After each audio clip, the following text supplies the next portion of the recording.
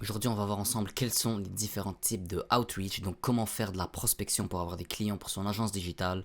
Mon nom est Jamel, je suis dans le milieu des agences depuis un bon moment maintenant et on va commencer tout de suite sans plus attendre. Il faut comprendre que quand on a une agence digitale, la prospection, donc le fait de démarcher des potentiels clients, bon, d'avoir de la clientèle, c'est vraiment en trois volets. Donc le premier volet, c'est du inbound, le deuxième, c'est du outbound et le troisième, c'est du paid ads. Donc le inbound, c'est tout simplement le fait d'attendre que vos clients viennent vers vous. Donc vous n'avez pas besoin de les démarcher ou de payer des publicités pour les avoir. En fait, vous allez vraiment juste créer du contenu en général, c'est ce qu'on fait. On crée du contenu et on attend que les gens viennent vers nous, entre guillemets. Donc on crée du contenu que ce soit sur YouTube, sur TikTok, sur Instagram. Bon, généralement, on le fait pas vraiment sur Instagram et Facebook, on le fait plutôt sur YouTube, Twitter. Parfois, ce qu'on peut faire, c'est vraiment un blog sur notre site internet. On crée des articles qui peuvent ajouter de la valeur en fait dans notre niche, leur apprendre des choses, leur donner quelque chose d'intéressant. Et on attend que les gens viennent vers nous. Et une fois qu'ils viennent sur notre site internet, ben, ça les amène vers le fait de pouvoir book un meeting et ensuite de leur vendre notre service. Donc en gros, c'est pas très cher, mais ça prend énormément de temps avant de voir des résultats. Euh, voilà, si vous avez un bon SEO aussi, bon, ça prend du temps à se mettre en place, mais sur le long terme, ça porte généralement ses fruits quand c'est bien fait. Ensuite, on a les paid ads. Donc les paid ads, c'est simplement le fait, évidemment, de payer une plateforme, un réseau social pour qu'ils display, en fait, pour qu'ils montrent votre publicité à votre marché cible, à votre public cible, en fait. Que ce soit sur Facebook, Instagram, YouTube, TikTok. Bon, on sait très bien ce que c'est. Tout simplement des publicités. On paye pour mettre nos services en face des gens que ça pourrait potentiellement intéresser. C'est assez simple, c'est hyper efficace, mais ça a son prix. Mais ce qu'on va voir aujourd'hui, ce qui va nous intéresser, c'est vraiment le outbound, donc faire du outreach. Donc en fait, c'est de nous-mêmes démarcher des clients. Donc on n'attend pas qu'ils viennent vers nous, on ne paye pas Facebook une fortune pour acquérir des clients, non. Ce qu'on fait, c'est qu'on va nous-mêmes, pas besoin d'intermédiaire, on contacte nos clients.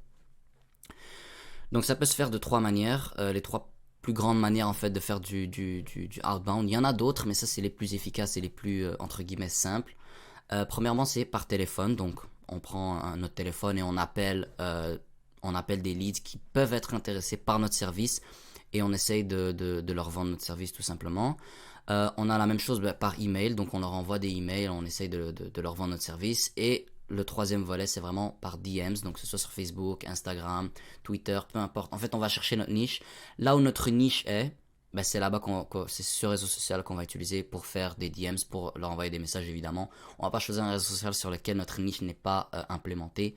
Ça n'a aucun sens. Et juste avant d'aller beaucoup plus dans le détail sur chaque méthode de outreach, d'abord je veux juste vous expliquer l'objectif pour que ce soit clair, l'objectif du outreach. C'est pas de vendre quelque chose, de vendre votre service. C'est tout simplement de fixer un meeting, donc un rendez-vous avec le prospect, pour ensuite, dans ce meeting-là, lui vendre votre service. Donc ça, ce que ça veut dire, c'est que quand vous allez faire du outreach, quand vous allez appeler vos prospects, quand vous allez envoyer des emails ou des DM ou peu importe, ne leur parlez pas d'argent tout de suite. Ne leur parlez pas de vendre, ne leur parlez pas tout de suite de garantie. Faut pas leur casser la tête en fait.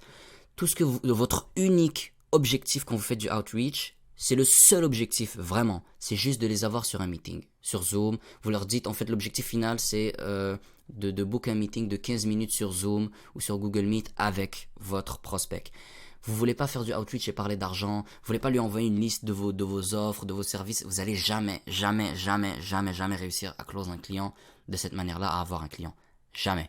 Ce que vous voulez faire, c'est vraiment fixer un meeting de 15 minutes. Et ensuite, dans ce meeting-là, vous expliquez qui vous êtes, vous expliquez quelle est votre garantie, vous expliquez quel est votre service, vous montrez si vous avez des case studies. Donc, si vous avez déjà fait ça, est-ce que votre truc fonctionne vraiment? Si ça fonctionne vraiment, bah, c'est que vous l'avez déjà fait. Et vous pouvez lui montrer, en fait, que vous avez réussi à apporter des résultats à telle compagnie. C'est vraiment dans le meeting sur Zoom que vous allez lui expliquer tout ce qu'il a besoin de savoir pour prendre une décision éclairée. C'est pas en un DM sur Instagram qu'on prend une décision de payer 1000 euros par mois pour prendre un service. Non, c'est quelque chose qu'on doit réfléchir et ça fonctionne jamais de vendre directement dans l'outreach. Donc maintenant, on va voir ensemble ce que j'appelle le tableau des critères. Donc le tableau des critères, c'est tout simplement tous les critères qui sont à prendre en compte, selon mon expérience, pour choisir la méthode d'outreach qui vous correspond le mieux, selon la niche que vous allez évidemment viser. Donc tout simplement ici, on a le premier critère, le contact en continu. Donc le contact en continu, en fait, c'est simplement de parler avec votre prospect et que le prospect vous réponde directement. Et ensuite, vous lui répondez. Ensuite, il vous répond. Il y a vraiment un échange, en fait, qui se crée. C'est vraiment de la communication active.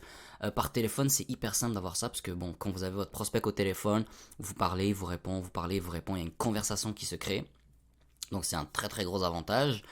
Et par email et par DM, c'est très difficile à faire parce que vous allez envoyer votre email, peut-être que votre DM et peut-être que le prospect va le voir après 3 4 5 6 heures, peut-être le lendemain matin. Ensuite, vous, le temps que vous voyez en fait sa réponse et que vous répondiez, ça va prendre encore plusieurs heures, peut-être même une journée. Ensuite, lui, le temps qui... Bref, vous avez compris, c'est assez long en fait, le processus de vente, le processus enfin pour avoir un meeting.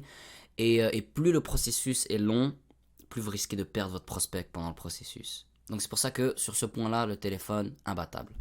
Ensuite, peu coûteux, parce que évidemment on fait du business, donc l'objectif c'est que ce soit le moins coûteux possible et le plus profitable, évidemment. Donc téléphone c'est peu coûteux parce que les seuls prix en fait que vous allez payer c'est très bien évidemment vos leads, donc bon ça c'est un coût auquel on va pas échapper, peu importe ce qu'on fait. Mais les seuls prix en fait spécifiques au téléphone, c'est le dialer, ce qu'on appelle le dialer. Donc c'est l'outil que vous allez utiliser pour passer les appels. Vous vous doutez bien que vous n'allez pas passer vos appels avec votre iPhone ou votre téléphone, peu importe. Non, vous allez utiliser un outil, un truc bien carré, un système qui va vous permettre de traquer vos appels, de traquer vos messages, de traquer vos résultats. Donc c'est ce qu'on appelle un dialer. Ça coûte une certaine somme, mais ça va. Franchement, pour quelques dizaines d'euros par mois, vous pouvez trouver un dialer très efficace. Par email, ça coûte assez cher parce qu'en fait, quand on fait de la prospection par email, il faut acheter des noms de domaine. Ensuite, il faut payer le Google Workspace. Donc, bref, on va voir ça un peu plus en détail un peu plus tard. Mais en gros, ça coûte quand même assez cher. Ça coûte cher. Par contre, les DM, ça c'est un peu comme le téléphone en fait, ça coûte pas tellement cher. Les outils que vous allez utiliser pour faire de l'automatisation, parce que vous pouvez évidemment automatiser, sont pas très chers, donc c'est assez abordable. Donc pour le côté prix, le problème c'est vraiment email. Email ça coûte un peu plus cher que le reste. Ensuite, ce que j'appelle sentiment d'agression, entre guillemets évidemment. Ce que je veux dire en fait, le seul qui a un sentiment d'agression, donc j'ai mis un point négatif, c'est le téléphone. Parce que ce que vous faites quand vous appelez quelqu'un, c'est que vous êtes en train de lui voler son temps. C'est comme ça qu'il le vit en fait. Peut-être que vous allez appeler votre prospect, je sais pas si vous êtes dans le milieu de la construction, peut-être que le prospect va être directement dans un chantier en train de travailler avec ses employés, peut-être que si c'est un salon de coiffure, il est en train de faire une coupe de cheveux, un salon de beauté, d'esthétique, peu importe. Et en fait, le prospect va très souvent être occupé et vous allez l'appeler, le déranger en fait en plein milieu de sa journée pour lui parler de marketing, de vente, de je sais pas quoi. En fait, il a pas envie d'entendre parler de ça. Il est occupé, il travaille, il est en train de charbonner, il veut pas vous entendre parler en fait, la plupart du temps. Donc, il va un peu le vivre comme une agression, ça se peut qu'il vous raccroche au nez. C'est pour ça que souvent, quand on fait de la prospection par téléphone, on peut entendre des mots qui sont pas très beaux à entendre. On peut se faire raccrocher au nez, on peut se faire dire de supprimer le numéro et de plus jamais rappeler, etc. Parce que ils le vivent un peu comme une agression pour les raisons que je viens d'énumérer. Par contre, ce qui est bien avec les emails, avec les DM, c'est que quand vous envoyez l'email ou le DM, le prospect ne va pas le recevoir en plein milieu de sa journée comme ça va pas apparaître devant ses yeux, ça va apparaître dans sa boîte de réception sur son téléphone ou sur son ordinateur. Et c'est lui qui va décider quand est-ce qu'il va voir l'email ou voir le DM. Donc quand lui aura décidé d'ouvrir sa boîte de réception de son entreprise, ou que lui aura décidé d'ouvrir son Instagram ou son Facebook pour voir ses messages privés, c'est seulement à ce moment-là qu'il va voir votre message. Donc ça sera pas perçu comme une agression parce que, en fait, au moment où il ouvre son application, au moment où il ouvre son ordi, il sait qu'il va voir des messages privés, qu'il va voir des emails. Vous allez être, peut-être qu'il a reçu, je sais pas, 12 emails et que votre email va être un parmi les 12. Il va pas le vivre comme une agression, il va l'ouvrir, il va voir l'email. Soit ça va l'intéresser, soit ça va ne pas l'intéresser. Mais dans tous les cas, il va pas le vivre mal. C'est pas la même chose que si vous l'appelez et qu'il est en plein milieu d'un chantier, non. Non, là c'est vraiment lui qui décide quand est-ce qu'il vous autorise en fait à rentrer en contact avec lui entre guillemets, à quel moment il va voir votre message. Donc il n'y a aucun sentiment d'agression en général dans les emails et dans les DMs, contrairement au téléphone. Ensuite, on a la facilité de créer un contact humain. Donc ça rejoint un peu ce que je disais au début, donc contact en continu. C'est que en fait, quand vous parlez au téléphone, que vous êtes en train de parler avec la personne, vous pouvez lui demander ouais, comment ça va, c'était comment ta journée, tata. En fait, vous pouvez vraiment essayer de créer un contact humain le plus possible sans que ce soit trop étalé, parce que vous voulez pas lui prendre trop de son temps non plus. Mais par email, vous pouvez pas faire ça. Vous pouvez pas envoyer un premier email en disant comment ça va et puis en DM, j'ai mis .5 parce que en DM c'est possible. En DM, vous pouvez théoriquement envoyer un premier DM en demandant comment ça va ou en mettant une petite phrase qui a rien à voir avec ce que vous voulez offrir. Et ensuite, voilà, il vous répond, vous avez une petite conversation et ensuite vous lui parlez du meeting que vous voulez fixer avec lui, du service que vous voulez offrir, etc. Par email, c'est pratiquement impossible. En fait, c'est bizarre en fait. Personne envoie un email à son prospect pour lui dire comment ça va. Ça se fait juste pas, ça existe pas. J'ai jamais vu quelqu'un faire ça, moi je l'ai jamais fait. Peut-être que ça pourrait fonctionner, mais à mon avis, ce serait juste perçu bizarre en fait. Donc, facilité de créer du contact humain, email c'est 0. Téléphone c'est le plus simple pour créer du contact humain. Et DM, j'ai mis .5 parce que c'est. On peut créer du contact humain, mais ça reste un peu compliqué quand même. Facile à automatiser, donc téléphone, non. On peut pas automatiser des appels téléphoniques. Je m'imagine probablement qu'il y a des intelligences artificielles qui proposent de faire ça, mais c'est pourri en fait. Vous allez jamais, en tout cas au moment où je tourne cette vidéo, atteindre le niveau d'un être humain avec une intelligence artificielle. Le prospect va savoir et se rendre compte qu'il parle à une intelligence artificielle et va raccrocher en fait en une demi-seconde, en un claquement de doigts. Ça fonctionnera jamais tant qu'on n'a pas des intelligences artificielles qui sont capables en fait, de reproduire le comportement humain à 100% et vraiment de créer de l'interaction. Tant qu'on n'est pas rendu là, on ne peut pas automatiser les appels téléphoniques. Cependant, email et DM, c'est beaucoup plus facile à automatiser. Il y a même de la personnalisation qui peut rentrer en compte. Donc, sur ce point-là, facile à automatiser. Les emails et les DM, on est plutôt bien. Ensuite, on a l'adaptabilité aux horaires du prospect. Donc ça, encore une fois, ça rejoint le sentiment d'agression. C'est que quand vous appelez un prospect, en fait, ça ne s'adapte pas à son horaire. Vous l'appelez peut-être qu'il va être midi chez lui. Si vous l'appelez et qu'il est dans une autre time zone et que vous ne pensez pas forcément à ça, peut-être que vous allez l'appeler pendant qu'il est en train de manger, il reçoit un appel, du coup il se lève, il va prendre le téléphone et on est en train de lui parler de marketing. Il n'a qu'une seule envie, c'est de vous raccrocher au nez. Peut-être que vous allez l'appeler pendant qu'il est en train de travailler, peut-être que vous allez l'appeler pendant qu'il est en pleine réunion, vous savez pas quand est-ce que vous allez le catch en fait, vous savez pas quand est-ce que vous allez à quel moment en fait vous allez l'appeler dans sa journée, vous savez pas qu'est-ce qu'il est en train de faire à ce moment précis, donc ça s'adapte pas aux horaires du prospect, c'est le point le plus négatif en fait du téléphone. Cependant, pour les emails et les DM, quand vous envoyez votre DM ou votre email, c'est le prospect qui décide à quelle heure il l'ouvre. Donc ça s'adapte à son horaire en fait. Par exemple, si votre prospect a l'habitude d'ouvrir ses emails entre 14 et 15 heures, bah, même si vous envoyez votre email à midi pendant qu'il est en train de manger, bah, il s'en fout en fait. Il va l'ouvrir entre 14 heures et 15 heures. Il va même pas savoir que vous avez envoyé un email. Quand il va décider d'ouvrir ses emails, il va voir le vôtre. Donc ça s'adapte aux horaires du client. Il n'y a pas de sentiment d'agression. Franchement, téléphone, c'est un gros problème. C'est vraiment ça le problème de la prospection par téléphone. Et finalement, présence active des prospects, ça c'est probablement un des critères les plus importants. C'est de savoir est-ce que vos prospects sont présents dans ce vecteur de communication que je suis en train d'utiliser. Généralement, 100% de vos prospects ont un numéro de téléphone. Je veux dire, toutes les compagnies et tout le monde a un numéro de téléphone, donc c'est pas très compliqué de... En fait, vous n'allez pas vous poser la question, est-ce que dans ma niche, les gens, ils ont un numéro de téléphone ou pas? Non. Tout le monde a un numéro de téléphone, donc vous n'avez pas besoin de vous casser la tête sur ça. C'est exactement la même chose pour les adresses email.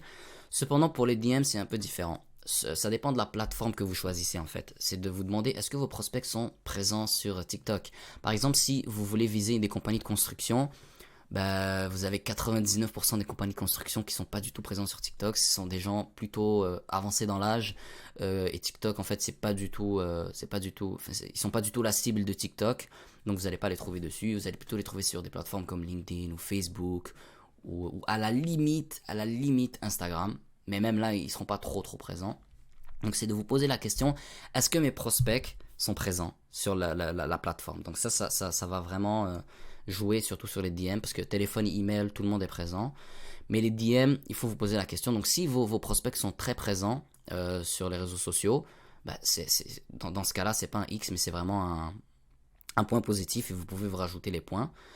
Mais c'est un critère hyper important à prendre en compte. Il faut juste pas l'oublier, quoi. Et finalement, on arrive avec le score. Donc ici, on a un score de 11 pour le téléphone. On a un score de 8 pour l'email et on a un score de 7.5 pour les DM. Donc encore une fois, les DM, si votre niche est présente sur Internet, sur des réseaux sociaux bien précis, vous pouvez enlever le X et calculer le score que ça va donner en fait. En fait, vous avez une grille ici présente et vous pouvez en fait vous amuser à modifier, à rajouter, modifier un peu les critères, modifier un peu tout ce que vous voulez, dépendamment de votre niche. Donc le truc vraiment que vous devez absolument changer, c'est de savoir est-ce que votre niche est présente sur les réseaux sociaux et si oui, dans quel réseau social est-ce qu'ils sont le plus présents. Donc voilà, j'espère que cette vidéo vous aura été utile. Cette vidéo n'avait pas pour objectif de rentrer dans les détails de chaque méthode de outreach, comment les faire concrètement, comparer les outils entre eux, etc. C'était vraiment juste de vous donner en fait une vision, une vue d'ensemble, une vision globale sur ce que c'est que le outbound. Donc je vais faire des vidéos dans les prochains jours sur chaque méthode de outreach pour vous expliquer en détail quel outil utiliser, faire des comparaisons d'outils, vous expliquer tout ce qu'il faut faire d'un point de vue technique, etc. Mais voilà, c'était pas l'objectif de cette vidéo. Donc si vous avez des questions par rapport à ça, vous pouvez me les poser en commentaire. Sinon, dépendamment du moment auquel vous allez regarder cette vidéo, peut-être que j'aurai des vidéos déjà disponibles sur ma chaîne YouTube de comment concrètement implémenter chaque méthode d'outreach. Donc sur ce, je vous souhaite une excellente journée et beaucoup de succès dans votre parcours entrepreneurial.